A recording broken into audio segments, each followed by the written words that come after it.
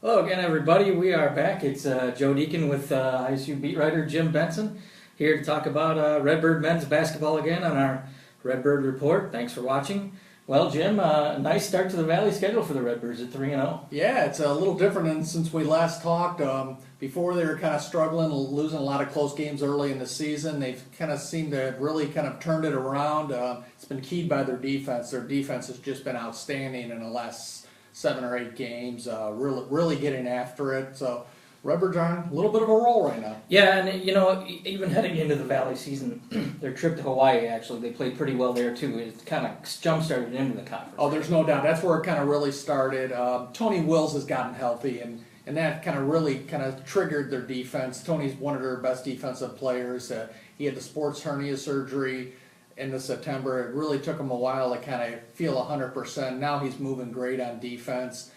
And then the rest of the guys have just kind of seemed to follow a little bit. It's been fun to watch. Yeah, now Wednesday night here at home against Missouri State got a little hairy. They had to go to overtime. They were able to pull it out despite some troubles at the foul line. But, really, again, I thought that game, their defense played well for the most part, but their offense kind of went into a couple of lapses. Their offense was a little bit stagnant a little bit. They weren't moving and cutting kind of as well as they have, but their defense allowed them to kind of stay in that game where maybe a month earlier they lose that game to TCU or Murray State or can't remember who the other one was, Tulsa. Mm-hmm. That was a game that they lost a month earlier because their offense was stagnant. Their defense wasn't quite tight enough yet to kind of pull them through that lull. But they survived a game where they didn't play, like you say, real well offensively, but they limited Missouri State to 36.5%. And their defense it ranks 13th in the country now at 37.8% opponent's field goal percentage. Just outstanding. Really the best defense I've seen from ISU for a sustained period in a long time. It especially looked like Missouri State was struggling when they went into the zone, and that was one of the things that they were really getting better at playing. Yeah, they have. There was one game earlier in the season where a couple games earlier in the season where the zone was just terrible. But they had to play it because the guys had foul trouble and their depth wasn't really established yet.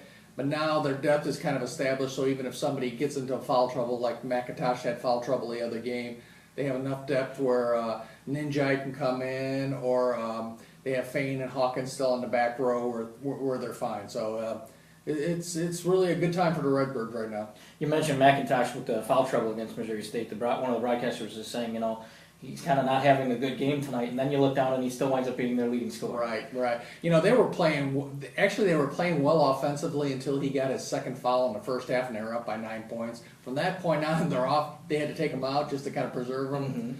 Mm-hmm. And then their offense kind of stalled a little bit the rest of the game. It was kind of hard for them to kind of pick that up a little bit. And like you say, too, foul shooting at the end of the game. They missed 7 free throws in the last minute of the game. But that was by 2 of their best free throw shooters, McIntosh, and he missed 5 actually, and Paris Lee missed 2. I don't think that's going to happen very often. It's just kind of a blip on the radar. Yeah, one of those anomalies that it just happens. Yeah. Like that. You mentioned also that Phil Fain has been really impressive to me in the few times I've been able to see him. He's played really well. Phil Fain is good, and he's just kind of reached the surface. This is really only his third or fourth year of organized basketball. He didn't grow up playing basketball much and all that. He's just scratching the surface. I mean, in 2 years, we're really going to be talking about this guy just with kind of our mouths open, I think. He's really learning the game. He's very athletic. He's very coachable and all that. He's really been a great find for the Redbirds. And it's really good when you get a junior college player who has 3 years of eligibility instead of 2. I mean, that's a huge bonus. And definitely, I know you talked about Tony Wills getting fully healthy. I think getting David Njai into the rotation has also been a big boost. That has definitely helped, too. The more depth you can have on your front line guys, the better it is. And David's a rim protector. I mean, they don't really have a guy like that. Fain's starting to develop that a little bit more. His defense, like you say, Fain's defense really has been outstanding in the last 7 games as he's kind of picked it up. But now you have him and Ninja both on the back row, rim protectors. I mean, that's what you really need.